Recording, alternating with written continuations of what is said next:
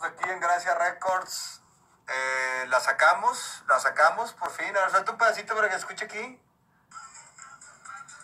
Sí, que sí. Simo.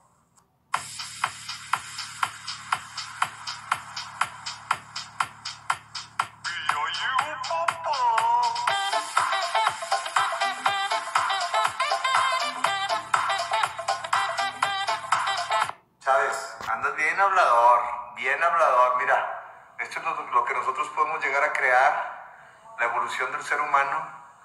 Y Chávez, Ponchito te va a decir que le voy a dar unos ¡Putazo! te voy a dar unos putazos. Ya vi que estás entrenando, me da gusto, pero te voy a dar unos putazos, Chávez. 2 rounds, te doy 2 rounds. Y ya ponle fecha, es más. Ya mucho wiri wiri, mucho bla bla bla. Ya estuvo bueno. Vamos a hacer esto. Te veo el sábado en Monterrey. A ver, contéstame esa historia si aceptas el reto. Te veo el sábado en Monterrey y firmamos el contrato para la pelea. Es más, te invito a la casa. Aquí nos damos unos putazos, ¿sí o no? Sí. Dile, ¿no la haces?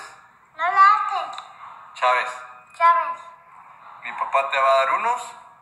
Oye, Chávez, pero también no te mames, güey. O sea, tú eres el que te va a subir al ring. Vente por acá, ahorita te lo prendo.